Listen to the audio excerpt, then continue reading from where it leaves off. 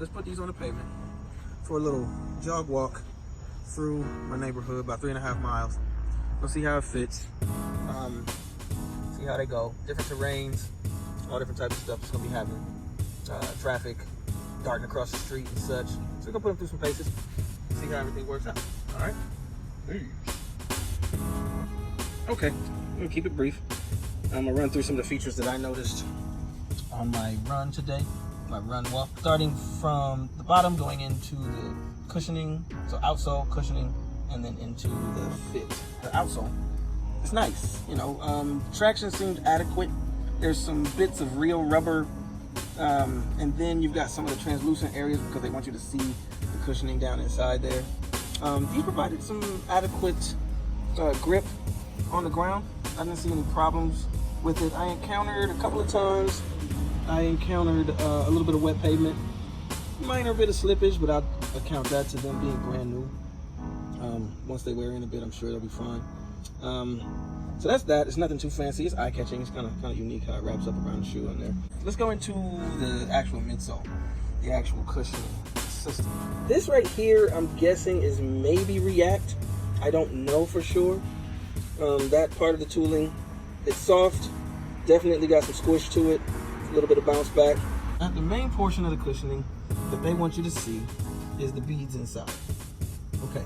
Now, here's where I ran into a little bit of an issue because they're pods. Now, if they had had this cushioning running throughout the entire shoe, then I would have been on cloud 9 for that. Literally cloud 9. I can feel the pods. I can feel where they want the cushioning to be at, right where they show on the outsole, 4-foot toe heel. Well, I'm not a heel striker, so that takes that cushioning right out of the equation. Okay, I felt it going down hills, but that's about it because I'm not a heel crasher. So that was really inconsequential for me. Mid-foot here, you know, there's a huge part taken out. I assume that that's for weight, you know, because if you have a neutral foot, these shoes will work fine for you. If you need any kind of control, not for you. They cut that part out. So these are for neutral feet, high arches, mid to high arches. In the 4-foot, I felt good. I could feel the cushioning, but again, to me, it was equal to, like, say, a memory foam type feel where you kind of sink in and you get a groove, but you still feel really close to the ground. Now, that can be good for some people. You know, if that's the feeling you want to get, that can be really good. But for me, it pales in comparison to an Ultra Boost or even a Zoom or a React by Nike itself. It felt kind of gimmicky. In that sense, I had already said that Puma had done a cushioning system similar to this, if not exactly like it, and they gave you the whole foot. And I think that if the flexible material right there, if that material flexed the entire way, I could see this being a really good cushioning system. But as it were, you know, I felt like I should have been on the React midsole more than the beads. The beads offered a soft spot, but really the real cushioning, if I could get a chunk of that React all the way through on this upper, they might have had me right there. Let's talk about the upper. Now, this was actually pretty cool. I loved the neoprene over the arch after your big toe. The lockdown system on the heel was pretty good. I'll get to that in just a second. But on that neoprene married to the fly knit, that was really cool. That mid-foot lockdown was amazing right there. It's breathable, nice big holes in it. I mean, there's really no difference in a knee brace or any other neoprene piece that you've seen. Good breathability, but excellent lockdown. Fly knit was fly knit. It does what it do.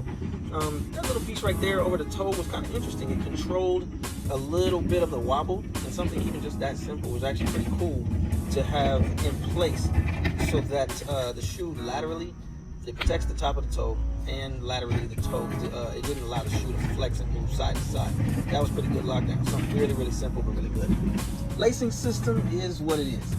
You know, on these kind of cageless shoes that don't have a wrapping or some kind of external hard support, the laces are just there.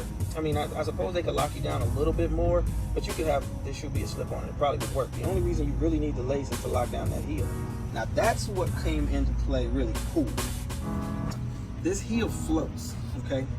So let's see if you can see right there. You see that? That neoprene comes around, wraps up your heel in like a little booty. and then this is outside external. So under ideal conditions, that would have been massively good, because your heel floats, the neoprene locks onto the skin, and then the heel floats up and down inside that external counter.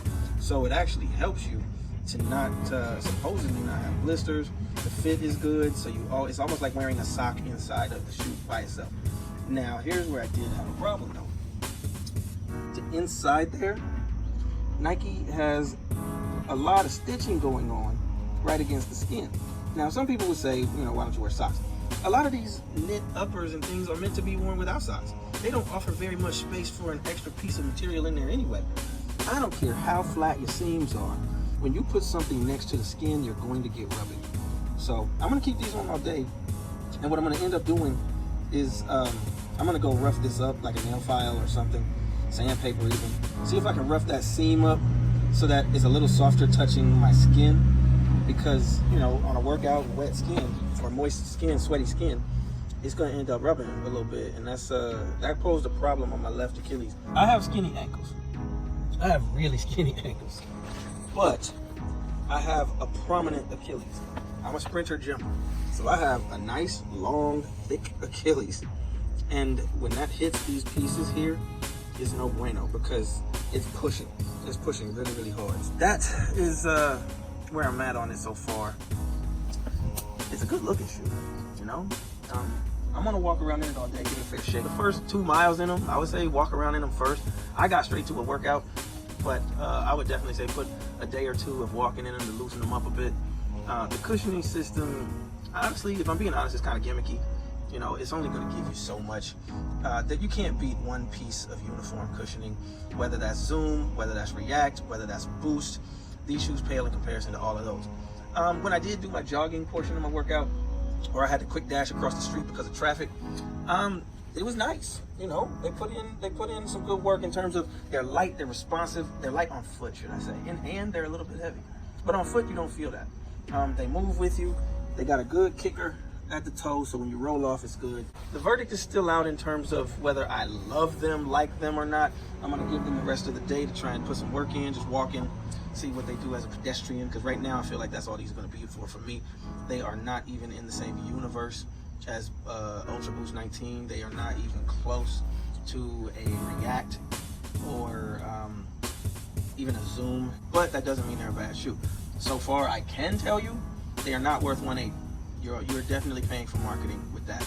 This is a $100 to $120 shoe at the max. It's light work. It's definitely more pedestrian. It's stylish.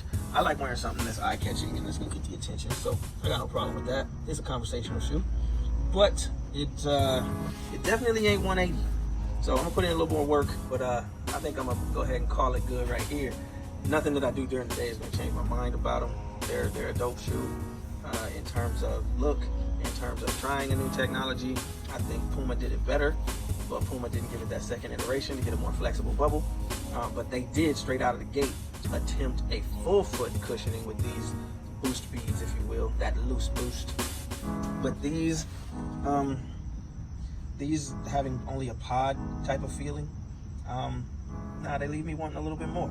Stylish, but wanting a little bit more. So, catch them on sale.